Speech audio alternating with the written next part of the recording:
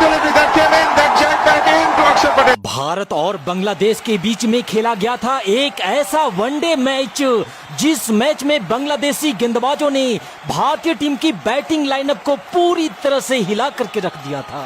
भारत का विकेट पतझड़ के सूखे पत्तों की तरह गिर रहा था और बांग्लादेशी नाच नाच करके भारतीय टीम की इस हालत के मजे ले रहे थे। देखते ही देखते पूरी भारतीय टीम मात्र 105 रनों पर ही ढेर हो जाती है और भारत को 105 पे ऑल आउट कर समस्त बांग्लादेश ने इस मैच को जीता हुआ समझकर वानरों की तरह उछलना कूदना भी शुरू कर दिया था। लेकिन रुको बांग्लादेश, जरा ठहरो, अभी इतनी भी जल्दी क्या है? अभी तो हवा में उड़ते तुम्हारे पैरों को जमीन पर पटकना बाकी है।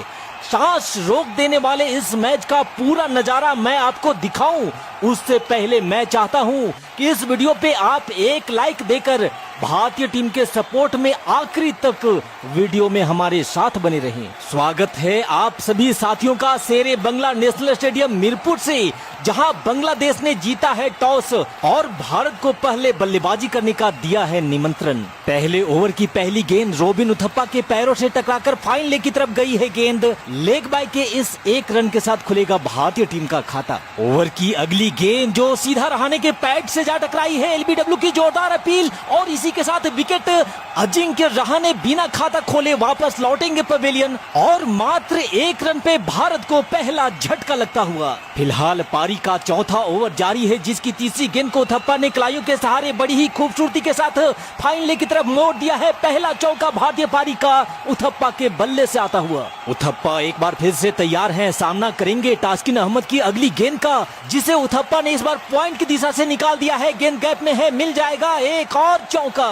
7.3 ओवर के बाद भारत 26 रन एक विकेट खोने के बाद और तास्किन अहमद की इस गेंद को उथप्पा हवा में उठाकर मारना चाहते थे पर सही से टाइम नहीं कर पाए। 14 रन बनाकर उथप्पा वापस लौटेंगे पवेलियन और 26 पे भारत को दूसरा झटका लगता हुआ। मीरपुर का स्टेडियम बांग्लादेशी नारों और उनके समर्थकों की दहाड़ से गूंज उठा था। यहाँ से आगे भारतीय टीम ने अपने खाते में महज 2 रन और जोड़े ही थे कि तभी नए बल्लेबाज अंबती रायडू भी मात्र 1 रन बना करके चलते बने और मात्र 28 पे भारत को तीसरा झटका भी अब लग चुका था। हालांकि यहां से आगे नए बल्लेबाज सुरेश रैना ने आते ही आक्रामक बल्लेबाजी करनी शुरू करी और पहले तो मुर्तजा को रडार में लेकर के एक शानदार चौका जड़ा और उसके बाद रैना ने तास्किन अहमद को भी आड़े हाथों में लिया और एक और शानदार चौका जड़ते हुए रैना ने भारतीय टीम से प्रेशर को थोड़ा कम जरूर किया था। यहाँ मुर्तजा की इस गेंद पर सुरेश रैना काफी भाग्यशाली रहे क्योंकि गेंद काफी देर तक हवा में थी, लेकिन अंततः 4 रनों के लिए सीमा रेखा को पार कर गई। यहाँ पर रन जैसे भी आए पर भारत के लिए रन आना बेहद जरूरी था और इसी बीच सुरेश रैना एक और तेज सिंगल चुराने के प्रयास में रन आउट होने से बाल बाल बच जाते हैं। मीरपुर का ये मैदान भारतीय बल्लेबाजों के लिए काल बना हुआ था और इसी बीच तास्किन अहमद ने पुजारा को भी 11 रनों पर आउट कर मात्र 55 के स्कोर पर ही भारत को चौथा झटका भी दे दिया। यहाँ से आगे पारी के 17वें ओवर में रिद्धिमान साहा ने जैसे तैसे करके एक चौका तो जरूर लगाया, लेकिन फिर उसी ओवर में अगली ही गेंद पर रिद्धिमान साहा भी 5 रनों की पारी खेल आउट हो जाते हैं और मात्र 65 के स्कोर पर आधी भारतीय टीम अब ड्रेसिंग रूम की शोभा बढ़ा रही थी। कोई भी भारतीय बल्लेबाज यहाँ टिक नहीं पा रहा था। एकमात्र खिलाड़ी सुरेश रैना ही थे जो अच्छी बल्लेबाजी कर रहे थे, लेकिन 17वें ओवर की आखिरी गेंद पर सुरेश रैना भी रन आउट हो जाते हैं और 17 ओवर की समाप्ति के बाद अब भारतीय टीम के बोर्ड पर स्कोर थे 66 पे 6। फिर शुरू होता है पारी का 18वां ओवर, जिसकी पहली ही गेंद पर अक्षर पटेल ने जोरदार प्रहार किया और 4 रनों के साथ अपना खाता खोला और फिर उसी ओवर में अक्षर पटेल ने इस बार ऑफ साइड में एक और जबरदस्त चौका लगाते हुए भारतीय टीम की वापसी की पूरी कोशिश में लगे हुए थे। लेकिन आज तो नसीब में कुछ और ही लिखा था। 18वें ओवर की 5वीं बॉल पर अक्षर पटेल भी आउट हो जाते हैं और मात्र 75 पे अब भारत 7वां विकेट भी गंवा चुका था। यहाँ 75 से 81 के स्कोर तक आते आते भारत अपना 8वां विकेट भी गंवा देता है। भारतीय बल्लेबाजों के साथ यहाँ क्या हो रहा था ये किसी को कुछ समझ में नहीं आ रहा था। अब तो भारतीय फैंस बस यही उम्मीद कर रहे थे कि किसी तरह भारत का स्कोर बस 100 रनों को पार कर जाए, लेकिन ऐसा होने का चांस यहाँ कम ही दिख रहा था, क्योंकि 86 के स्कोर पर अमित मिश्रा के रूप में अब भारतीय टीम अपना 9वां विकेट भी गंवा चुकी थी। अब भारतीय टीम का आखिरी विकेट मैदान पर था। सामने थे उमेश यादव, जिन्होंने बॉलर के सर के ऊपर से डाउन द ग्राउंड एक कमाल का चौका जड़कर भारत के स्कोर को 92 रनों तक पहुंचा दिया। पारी के 25वें ओवर में अल अमीन एक घातक बाउंसर उमेश यादव को मारता है, लेकिन उमेश यादव ने बड़ी ही सूझबूझ के साथ कीपर के ऊपर से भेज दिया गेंद को एक और चौके के लिए। और फिर ओवर की आखिरी गेंद पर उमेश यादव ने किया एक और जोरदार प्रहार और गेंद को भेज दिया 6 रनों के लिए सीमा रेखा के पार।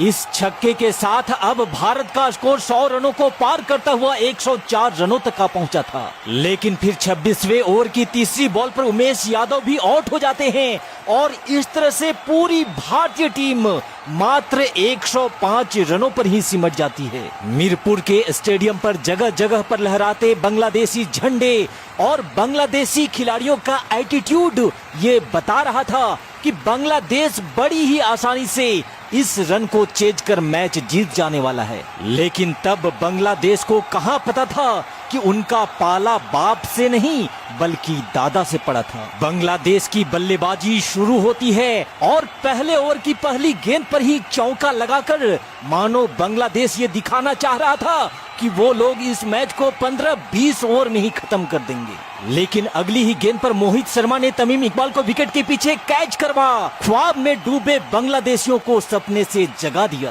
भारतीय पारी की जबरदस्त आगाज हो चुकी थी, लेकिन फिर मैदान पे बल्लेबाजी के लिए आता है मिथुन और मिथुन ने भी आते ही आक्रामक बल्लेबाजी करते हुए एक शानदार चौका जड़ दिया। चूंकि भारत के पास बोर्ड पर रन कम थे, इसलिए भारत को जरूरत थी जल्द ही एक और विकेट की। हालांकि मिथुन ने उसी ओवर में एक और चौका लगाकर अभी तक बांग्लादेशी खेमे को जलवा जलाल ही रखा था। लेकिन फिर तीसरे ओवर की आखिरी गेंद पर मोहित शर्मा ने दिला दी वो सफलता जिसकी जरूरत भारत को थी। इनामुल हक को भी बिना खाता खोले ही पवेलियन वापस भेज दिया गया था। अपने टीम की ये हालत देखकर बांग्लादेशी समर्थक जो पहले वानरों की तरह उछल कूद रहे थे, उनको अब मानो किसी सांप ने सूंघ लिया हो। हालांकि 2 विकेट खोने के बाद भी अभी तक मिथुन वैसा ही आक्रामक बल्लेबाजी किए जा रहा था।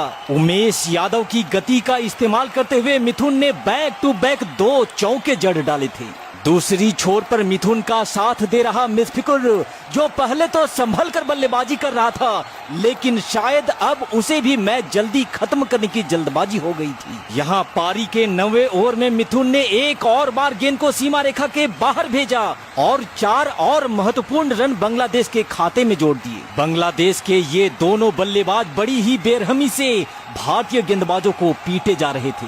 बांग्लादेशी खेमा एक बार फिर से जश्न के माहौल में डूब चुका था। लेकिन फिर 12वें ओवर की चौथी बॉल पर बिन्नी ने मुशफिकुर को विकेट के पीछे कैच करवा 44 पे बांग्लादेश को तीसरा झटका देकर एक बार फिर से भारत की जीत की उम्मीदों को जिंदा कर दिया। यहाँ से आगे बांग्लादेश ने अभी चंद रन और जोड़े ही थे कि तभी मिथुन की हीरोगिरी पे भी विराम लगाते हुए बिन्नी ने 50 के स्कोर पर बांग्लादेश को चौथा झटका दे दिया। इसके बाद तो भारतीय गेंदबाजों ने बांग्लादेश के विकेट को ऐसे गिराना शुरू कर दिया जैसे मैदान पे विकेट की बरसात शुरू हो गई हो। 15वें ओवर की पहली ही गेंद पर मोहित शर्मा ने साकिबुल हसन को भी आउट कर बांग्लादेश की कमर को ही तोड़ डाला था। और फिर अपने उसी ओवर में मोहित शर्मा ने डाली कमाल की एक और गेंद और इस बार जियाउर रहमान की पारी को भी टाटा बाय बाय बोल दिया गया था।